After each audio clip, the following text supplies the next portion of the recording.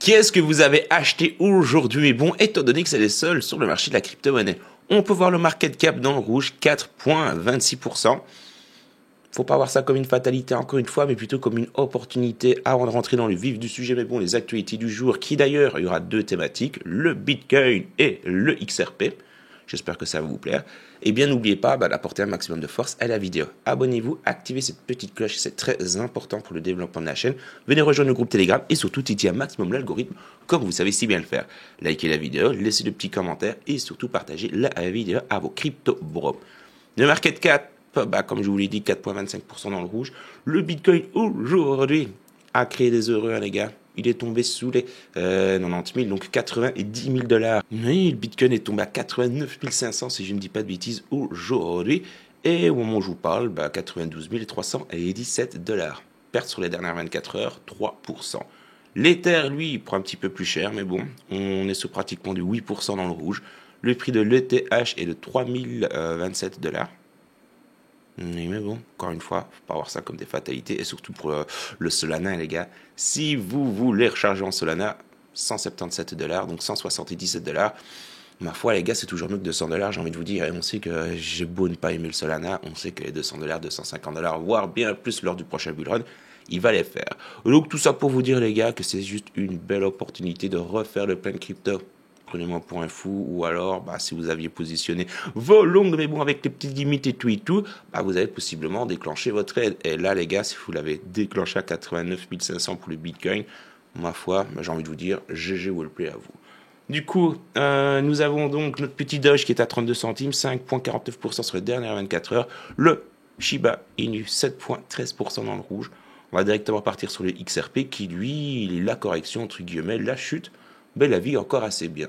Le prix du XRP est de 2,45 $. La perte sur les dernières 24 heures est de 3% et de 3,42%. Justement, pour celles et ceux qui veulent profiter des opportunités que nous offre le marché actuellement, mais bon, je vous propose de découvrir la plateforme Apex Protocol. Le gros point fort d'Apex, c'est que c'est un DEX, mais bon, c'est un Decentralized Exchange. Pourquoi choisir un DEX comme Apex plutôt qu'une plateforme de type CEX, donc Centralized Exchange comme Binance par exemple? Mais bon, je vais vous le dire en 3 gros points. Le premier point, c'est tout simplement le contrôle total de vos actifs. Avec Index, en fait, vous connectez votre portefeuille crypto et après, vous gardez votre crypto-monnaie. Oui, mais bon, la plateforme n'a aucun moment le contrôle de vos actifs. Du coup, on est très loin d'avoir une FTX, mais bon, la plateforme ne peut pas fermer en ayant vos actifs dessus. Et c'est ça qui... justement, depuis FTX, mais bon, les plateformes de type DEX connaissent une hype, j'ai envie de vous dire. Beaucoup de personnes préfèrent justement utiliser ce type de système-ci plutôt qu'une plateforme de type Binance, Bitget ou ce genre de truc. Tout simplement pour le côté sécuritaire. Vraiment, ça c'est le premier gros point, mais bon. Vous gardez totalement donc les clés de vos fonds, éliminant ainsi les risques liés à la garde centralisée. Ensuite, vous avez la confidentialité accrue. Pas de KYC. Faut juste un portefeuille du type Rabi Wallet, MetaMask et ce genre de trucs. Et après, GG Wallplay, vous pouvez directement commencer le trading. Ça veut dire que toutes les transactions que vous allez faire sont privées, sont anonymes, mais bon. Le dernier point, même si je l'ai déjà dit, c'est tout simplement la sécurité. J'insiste fortement avec cela, c'est que les DEX vous offrent quand même une sécurité vachement supérieure qu'une plateforme de type Bybit ou ce genre de truc. Maintenant, la question que vous devez vous poser, c'est pourquoi utiliser Apex Protocol? J'utilise déjà une autre plateforme pour le trading et ça se passe très bien avec tout simplement leur event de trade to earn. Bon. Toutes les actions que tu vas effectuer sur Apex Protocol, tu vas gagner passivement les tokens BANA. Tokens que tu vas pouvoir échanger contre de l'USDT. Et donc, du coup, au final, regagner de l'argent sur tes frais. J'ai envie de vous dire, c'est toujours cool. Et vous allez aussi pouvoir gagner des points. À savoir qu'il y a 3 manières d'utiliser les tokens BANA. Vous pouvez soit les accumuler et à la fin de l'event, ils vont être convertis en tokens Apex automatiquement. Ou alors, si vous voulez récupérer un petit peu de Kama, comme j'aime bien appeler l'argent virtuel, mais bon, du SDT du coup, vous pouvez les claim et après, enjoy it. Mais bon, vous allez swapper vos tokens BANA en stablecoin. Et donc, je vous dis, plutôt que d'utiliser une plateforme qui, certes, vous faites du trading, ça se passe très bien, c'est cool. Ici, vous allez faire la même chose, sauf que, passivement, vous allez gagner des tokens BANA, tokens donc qui valent de l'argent. En plus de cela, vous avez un système de points. Tous les jours, vous allez pouvoir récupérer des petits points pour ouvrir des box. Et les box, ici, vous avez divers petits prix.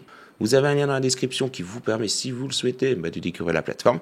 Et de plus, je vais relancer, mais bon, étant donné que les fêtes sont terminées et que 2025 a bien démarré, je vais relancer les petits giveaways de manière hebdomadaire. Donc, toutes les semaines, si vous êtes inscrit via mon lien de préférence, mais bon, l'histoire de soutenir la chaîne, et que vous avez votre UID, vous êtes éligible au petit giveaway que je vais mettre sur X, que je vais mettre plus tard en place sur X. J'espère que c'est bien compris. N'hésitez pas à titiller la plateforme et au final, à me dire ce que vous en pensez dans l'espace commentaire. Démarrons l'actualité avec BlackRock. À la suite du succès immense de son offre aux États-Unis, BlackRock a officiellement lancé un ETF Bitcoin Spot sur CBOE Canada. Le fonds de iShares Bitcoin ETF, qui est déjà reconnu comme le plus grand lancement d'ETF de l'histoire, après son introduction en janvier de l'année dernière, sera désormais négocié au Canada sous le symbole IBIT. Cette initiative fait suite à une année 2024 marquée par une performance exceptionnelle des crypto-monnaies avec Bitcoin atteignant des prix à 6 chiffres en novembre. Le lancement de ce fonds au Canada reflète l'engagement de BlackRock envers l'innovation qui permet aux investisseurs canadiens d'accéder à Bitcoin sans la complexité de la garde personnelle, contribuant ainsi à une année 2025 prometteuse pour l'actif numérique. 2025, bref, vous savez bien ce que j'en pense les gars, on est sur une année des plus Gucci, j'ai envie de vous dire. Je pense que le run qu'on va connaître, ça fait X temps que je vous le dis, c'est une saveur qu'on ne connaîtra plus jamais. Et je peux potentiellement me tromper, mais toutes les conjonctures, tout ce qui est en train de se passer là à l'heure actuelle, les gars, c'est juste du positif pour nous, Crypto Boy, réellement. Restons donc sur la thématique du Bitcoin, parce que nous avons Meta, comme je vous l'ai dit hier, gros pétage de câble de la part de Mark Zuckerberg. Ce dernier, je ne sais pas, bref, change complètement son fusil d'épaule et c'est tant mieux dans le fond. Ici, nous avons donc la question de l'intégration du Bitcoin dans la trésorerie de Meta qui est désormais posée par ses actionnaires. En 2025, alors que le Bitcoin continue de susciter l'intérêt des institutions financières et des entreprises, Ethan Pick, employé au National Center for Public Policy Research, a soumis une proposition à Meta pour évaluer l'ajout du Bitcoin à ses actifs. Cette demande intervient dans un contexte où Meta détient 72 milliards de liquidités, donc 72 milliards de liquidités considérées comme dépréciées par l'inflation. L'argument principal est que le Bitcoin, avec son offre fixe, pourrait servir de meilleure réserve de valeur que les obligations traditionnelles, malgré sa volatilité sur le court terme. Encore une fois, court terme, mais sur le long terme, vous regardez le graphique, le Bitcoin, ça ne fait que monter, les gars. Cette initiative suit des démarches similaires de Microsoft et Amazon, où les propositions furent rejetées, mais illustrent malgré tout un intérêt croissant pour la crypto-monnaie parmi les grandes entreprises. On prend le pari que Meta va le prendre, les gars, va accepter cette initiative. J'ai envie de vous dire, il est en train de faire un copier-coller de X.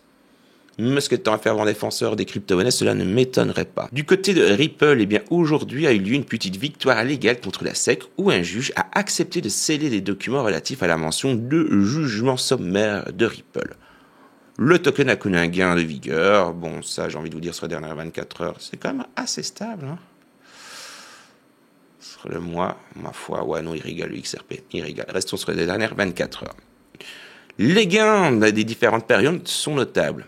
Encore une fois, notable si on voit sur le long terme, parce que sur l'heure, dans le rouge, 0,60%. Sur les dernières 24 heures, 4,10%. Mais bon, sur les 7 derniers jours, 0,10%. Donc, encore une fois, tout est une question de point de vue. Certes, sur les 24 heures, il prend cher.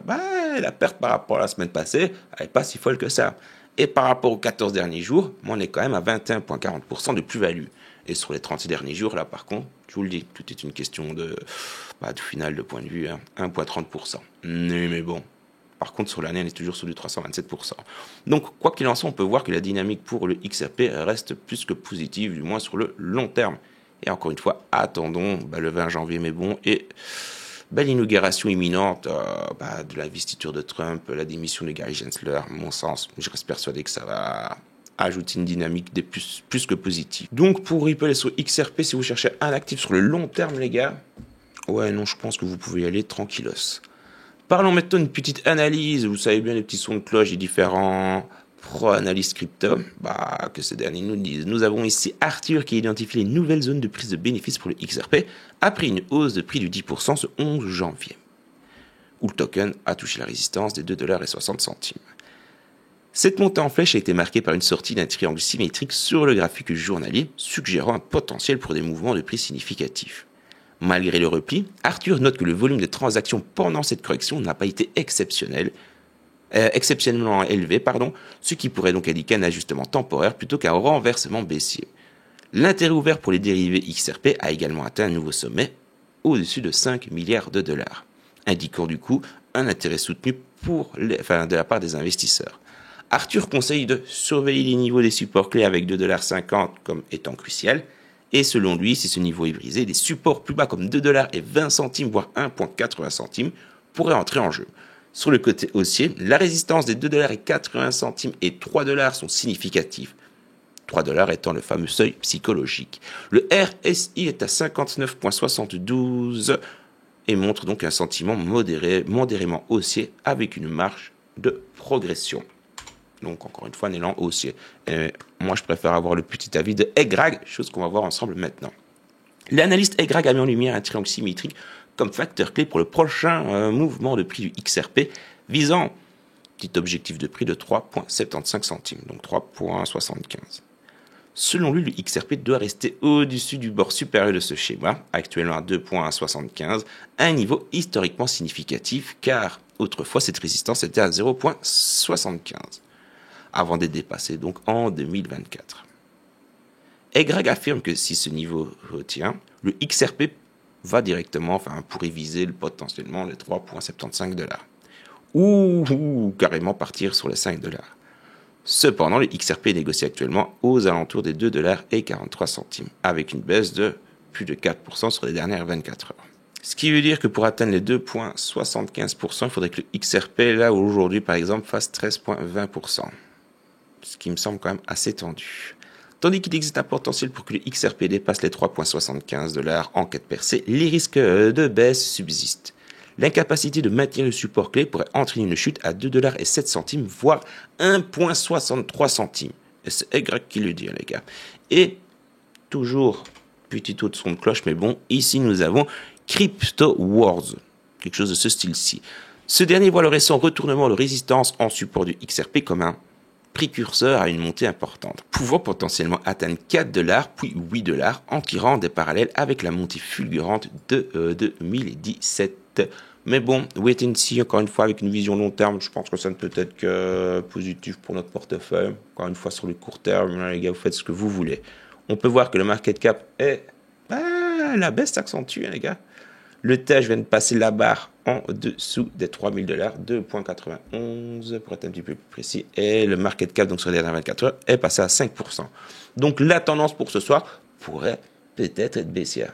Une fois, je dis ça, les gars, vous savez bien, c'est très volatile. Et ça peut partir d'un sens à l'autre relativement vite.